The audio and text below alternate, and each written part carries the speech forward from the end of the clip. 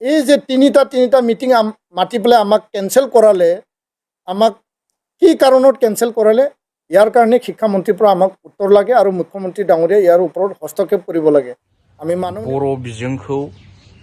फोजोबस्रांनायसो थांखि लागासिनो दं आसाम सरकारा, बेखौ दिपेन बर' बिथाङा बुंदों आरोना। थ' बड'लेण्ड बुब्लि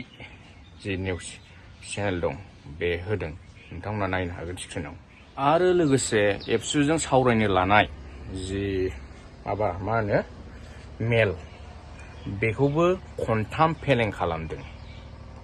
थ' आं मोनसे खोथाखौल' बुंनो सानो जे बै थांनाय इलेक्सनाव, दाख्लै MP इलेक्सनाव BJPनो भट होनो थिनग्राया सोरमोन, ओमफ्राय दिनै मा खालामजागासिनो दं,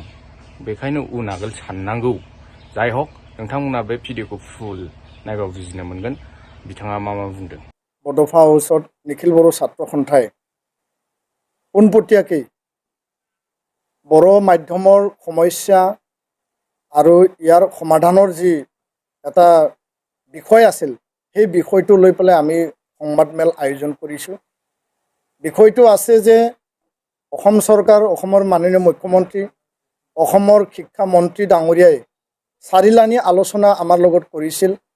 আৰু এই আলোচনা 2021 পৰা 2024 তাত 4টা মাইনুটছ ইয়াত তৈয়াৰ কৰা হৈছিল। 2021, 2023 আৰু 2023 আৰু 2024 4টা মাইনুটছ। সেই মাইনুটছৰ ওপৰত যোৱা 19 জুন তাৰিখে শিক্ষামন্ত্ৰী ডক্টৰ ৰণোজ পেগু ডাঙৰীয়াই বড়ো সাহিত্য সভা আৰু নিখিল বড়ো ছাত্ৰ সন্থাত আলোচনাৰ কাৰণে আমন্ত্ৰণ কৰে। আৰু সেইদিনাখন আমি যেতিয়া উপস্থিত হওঁ, তেতিয়া কিছুমান সময়ৰ অসুবিধাৰ বাবে, কিছুমান আৰ্জেণ্ট বিষয় অহাৰ বাবে তেওঁ অফিচৰ পৰা জনালে যে 11 বজাৰ মিটিং 2 বজাত হ'ব, 2 বজাৰ মিটিং 4 বজা, 4 বজাৰ মিটিং 6 বজা। এই সময়সূচী সলনি কৰি পেলাই মিটিং কেঞ্চেল হৈ গ'ল। ইয়াৰ পিছত 2 জুলাই তাৰিখে পুনৰ এপছু আৰু বড়ো সাহিত্য সভাক আমন্ত্ৰণ জনালে। মুখ্যমন্ত্ৰী আৰু শিক্ষামন্ত্ৰীৰ মাইনুটছৰ ওপৰত আলোচনা হ'ব। এই মিটিঙো কেঞ্চেল কৰি দিলে। 5 জুলাই 2024 পুনৰ আমাক মিটিঙত আমন্ত্ৰণ জনালে, আকৌ পুনৰ তেওঁ মিটিংটো কেঞ্চেল কৰিলে। 3টা মিটিং তেওঁ নিজে আহ্বান কৰি পেলাই নিজে কেঞ্চেল কৰিলে। আমাক জানিবলৈ দিলে যে বানপানীৰ বাবে, কেবিনেট মিটিঙৰ বাবে, আন বিষয়ৰ বাবে সেই মিটিং কেঞ্চেল কৰা হ'ল। কিন্তু আচৰিতভাৱে সেই কথাটো আমি জানিব বিচাৰিছিলোঁ তেওঁৰ পৰা, যে ট্ৰাইবেল ৰেষ্ট হাউচত যেতিয়া আমি তেখেতক লগ পাইছিলোঁ CC টাৱাৰ মিটিঙত, মই শিক্ষামন্ত্ৰী ডাঙৰীয়াক প্ৰশ্ন কৰিছিলোঁ যে আমাৰ 3লানি মিটিং কেঞ্চেল হৈ গ'ল, এই মিটিংটো নেক্সট কেতিয়া হ'ব? তেওঁ কোনো উত্তৰ নিদিলে। তো ইয়াৰ কাৰণে 25টা বিষয়ৰ ওপৰত বড়ো মাধ্যমৰ ভৱিষ্যত আৰু ইয়াৰ যি প্ৰাণ, সেই মাধ্যমটো আগুৱাই নিবৰ কাৰণে ৰাইট টু এডুকেশ্যন আৰু ৰাষ্ট্ৰীয় শিক্ষা নীতি আধাৰত মাধ্যম আজিৰ তাৰিখত ক্লাছ 12লৈকে চলি আছে। আমি যেতিয়া দিছপুৰলৈ যাওঁ, বিভিন্ন বিভাগলৈ যাওঁ,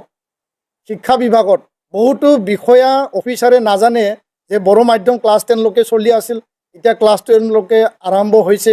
সেই বিষয়টো বহুত বিষয়াই মানে অৱগত নহয়। তেওঁলোকে কেতিয়াবা ক'ব বিচাৰে যে এই বিষয়টো লৈ আপোনালোকে BTR-ত যাওক। সকলো বিষয়টো আমাক BTR-ৰ পিনি সেই কথাটো আমি আজি প্ৰশ্ন কৰিব বিচাৰিছোঁ। তো 101টা হায়াৰ ছেকেণ্ডাৰী আপগ্ৰেডেশ্যনৰ পষ্ট ক্ৰিয়েশ্যন কৰিব লাগে। 50টা মডেল হাইস্কুল বড়ো মাধ্যমৰ টি গাৰ্ডেনৰ মডেলত আমি দাবী জনাইছিলোঁ। তাৰে 35টাৰ লিষ্ট শিক্ষামন্ত্ৰী ডাঙৰীয়াই বিচাৰিলে আমি দিলোঁ, কিন্তু এই ক্ষেত্ৰত কোনো কাৰ্যকৰী কৰা আমি এতিয়ালৈকে দেখিবলৈ পোৱা নাই। সৰুপথাৰ কলেজ, জনাই কলেজ আৰু 10টা মহাবিদ্যালয়ত বড়ো বিভাগ, তাত পষ্ট ক্ৰিয়েশ্যনৰ প্ৰপ'জেল চলি আছে। এতিয়ালৈকে এই পষ্ট ক্ৰিয়েশ্যনৰ কাম হৈ উঠা নাই। বড়োলেণ্ড ইউনিভাৰ্চিটিক ওদালগুৰি কেম্পাছ গঠন কৰিব লাগে। আগৰ মুখ্যমন্ত্ৰীয়ে ক'লে, এতিয়াৰ মুখ্যমন্ত্ৰী ডাঙৰীয়াই ক'লে, শিক্ষামন্ত্ৰী ডাঙৰীয়াই ক'লে, সকলোৱে প্ৰতিশ্ৰুতি দিলে, কিন্তু এই বিষয়টো এতিয়ালৈকে কাৰ্যকৰী হোৱা নাই। বড়োলেণ্ড বিশ্ববিদ্যালয়, BV ইঞ্জিনিয়াৰিং কলেজত নতুন ডিপাৰ্টমেণ্ট খুলিব লাগে, পষ্ট ক্ৰিয়েশ্যন কৰিব লাগে, সেই বিষয়টো এতিয়ালৈকে কোনো কাৰ্যকৰী কৰা হোৱা নাই বা ইয়াৰ সেই বিষয়টো এতিয়া আগবাঢ়াই নাই CTET-ত বড়ো ভাষা লেংগুৱেজ 1 অপশ্যন হিচাপে অন্তৰ্ভুক্ত কৰিব লাগে কেন্দ্ৰীয় চৰকাৰক আমি দাবী জনাইছোঁ ৰাজ্য চৰকাৰে কৰিবলগীয়া কামটো হ'ল যে কেন্দ্ৰীয় চৰকাৰক তেওঁলোকে লিখিব লাগে সেই কামটো হৈ উঠা নাই 72 number of EGS education guarantee স্কিমৰ আণ্ডাৰত সেই স্কুলখিনি নৰ্মেল স্কুলত আহিল শোণিতপুৰ বিশ্বনাথত ইয়াত বিনা শিক্ষকে এতিয়া স্কুল চলি আছে য'ত RTE কথা লিখা আছে য'ত NEP কথা লিখা আছে য'ত গুণোৎসৱৰ কথা আছে তাত বিনা শিক্ষকে চলি আছে কিছুমান টিচাৰ ট্ৰান্সফাৰ দিয়া হ'ল আধৰুৱা হৈ পেলাই কিছুমান টিচাৰৰ ট্ৰান্সফাৰ এতিয়ালৈকে হোৱা নাই ইয়াৰ বাদেও 26খন বড়ো মাধ্যমৰ বিদ্যালয়ত 0 টিচাৰ এজনো শিক্ষক নাই আৰু 206 বড়ো মাধ্যম বিদ্যালয় ছিংগল টিচাৰ চলি আছে শিক্ষক এপইণ্টমেণ্ট BTR আৰু অসমত যি ধৰণে হ'ব লাগিছিল টেট এপইণ্টমেণ্ট সেইটো মানে সময়মতে হোৱা নাই যাৰ কাৰণে এতিয়া ছাত্ৰ ছাত্ৰীৰ সংখ্যা কমি গৈছে ছাত্ৰ ছাত্ৰীৰ সংখ্যা কমি যোৱাৰ কাৰণে বিদ্যালয় মাৰ্জাৰ কৰিব লাগে বুলি বাৰম্বাৰ অসমৰ শিক্ষা বিভাগে নিৰ্দেশ দিছে যাৰ দ্বাৰা বড়ো মাধ্যম শেষ কৰাৰ এটা পৰিকল্পনা এতিয়া চলি আছে সেই কথাটো আমি আজি পুনৰবাৰ উনুকিয়াই দিছোঁ এতিয়া মনোভাৱ এতিয়া বিষয়াসকলৰ মাজত জাগি উঠিছে এই কথাটো আমি মুঠেই সন্তুষ্ট নহয় এই কথা আমি আজি স্পষ্ট ভাষাৰে আমি ব্যক্ত কৰিছোঁ এইটো আমি দুখ পাওঁ কাৰণ ৰাজ্য চৰকাৰে ৰাজ্যৰ শিক্ষা বিভাগে শিক্ষাৰ বিষয়সমূহ সুচাৰুৰূপে সমাধান আৰু দায়িত্ব সহকাৰে সমাধানৰ কাৰণে তেওঁলোকে কাম কৰিব লাগে 25টা বিষয়ৰ ওপৰত মাইনুটছ তৈয়াৰ কৰা হৈছিল মাননীয় মুখ্যমন্ত্ৰী ডাঙৰীয়া শিক্ষামন্ত্ৰী ডাঙৰীয়া এই আলোচনাত সেই 25টা বিষয়ত যি মূল বিষয়সমূহ আছে যে 6.3 BTR চুক্তি আধাৰত বিদ্যালয় প্ৰাদেশিকৰণ কৰিব লাগে 10টা কলেজ প্ৰাদেশিকৰণ কৰা হ'ল 4 বছৰত কিন্তু high school higher secondary LP ME junior college এই ক্ষেত্ৰত এতিয়ালৈকে কোনো সিদ্ধান্তত উপনীত হোৱা নাই এই বিষয়টো অতিকে গুৰুত্বপূৰ্ণ 2271 PGT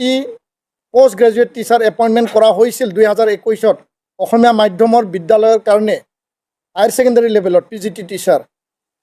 আৰু সেই সময়তে আমি প্ৰশ্ন কৰিছিলোঁ যে বড়ো মাধ্যমৰ শিক্ষকসকল কেতিয়া এপইণ্টমেণ্ট পাব আৰু হায়াৰ ছেকেণ্ডাৰীবিলাক আপগ্ৰেড কৰি পেলাই তাত পোষ্ট ক্ৰিয়েশ্যন কৰা হ'ব 101 হায়াৰ ছেকেণ্ডাৰী আপগ্ৰেডেশ্যনৰ প্ৰপ'জেল দিয়া হৈছে পোষ্ট ক্ৰিয়েশ্যন হোৱা নাই ক'ভিডৰ সময়ত যিবিলাক 95 হায়াৰ ছেকেণ্ডাৰী বড়ো অধ্যুষিত অঞ্চলত আপগ্ৰেডেশ্যন কৰা হৈছিল তাত কোনো পোষ্ট ক্ৰিয়েশ্যন নাই ছাত্ৰ ছাত্ৰী এডমিশ্যন ল'লে বিনা শিক্ষকে তেওঁলোকে পৰীক্ষা দিলে আৰু এই ছাত্ৰ ছাত্ৰীৰ ভৱিষ্যত এতিয়া অতি ভয়াৱহ ৰূপত তেওঁলোকে জীৱনটো পাৰ কৰিব লগা হৈছে তেওঁলোকৰ শিক্ষাৰ ভৱিষ্যত নাইকিয়া হৈ গৈছে ডিগ্ৰী মডেল কলেজ 3টা ডিগ্ৰী মডেল কলেজ বড়ো অধ্যুষিত অঞ্চল তাত বড়ো ছাত্ৰ ছাত্ৰী আছে সকলো বিভাগত পোষ্ট ক্ৰিয়েশ্যন দিয়া হ'ল 3টা মডেল কলেজত বড়ো বিভাগ বড়ো ডিপাৰ্টমেণ্টত তাত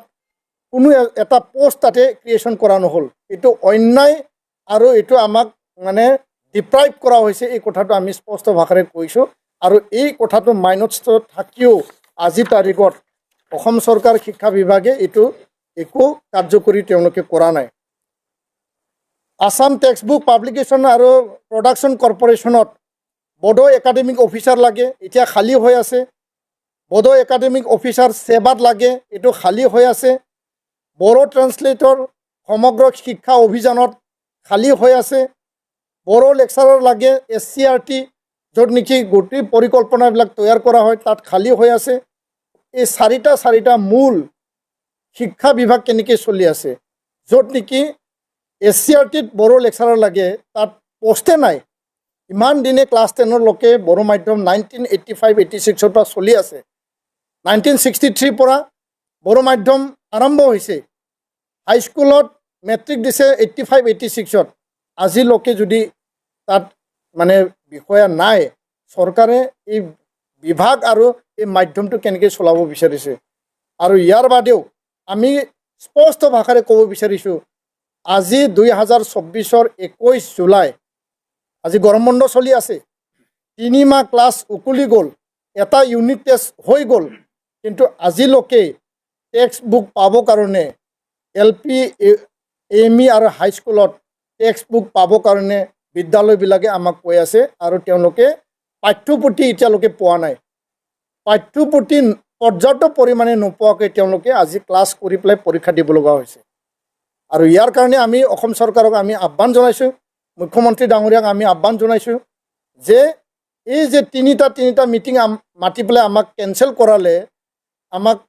কি কাৰণত কেঞ্চেল কৰালে ইয়াৰ কাৰণে শিক্ষামন্ত্ৰীৰ পৰা আমাক উত্তৰ লাগে আৰু মুখ্যমন্ত্ৰী ডাঙৰীয়াই ইয়াৰ ওপৰত হস্তক্ষেপ কৰিব লাগে আমি মাননীয় মুখ্যমন্ত্ৰীক আহ্বান জনাইছোঁ যে আপোনাৰ মাইনোটছ শিক্ষামন্ত্ৰীৰ মাইনোটছ 25টা যি এটা বিষয় আছে গোটেইকেইটা মই কোৱা নাই সেই বিষয়ৰ ওপৰত সমাধান লাগে আৰু সমাধানৰ কাৰণে আজি আমি প্ৰেছ মিট কৰিছোঁ আৰু সেই দাবীবিলাকক লৈ পেলাই ভৱিষ্যতে আমি গণতান্ত্ৰিক পন্থা ল'বলৈ আমি বাধ্য হ'ব এই কথাটো আমি স্পষ্টকৈ আজি ক'লোঁ ধন্যবাদ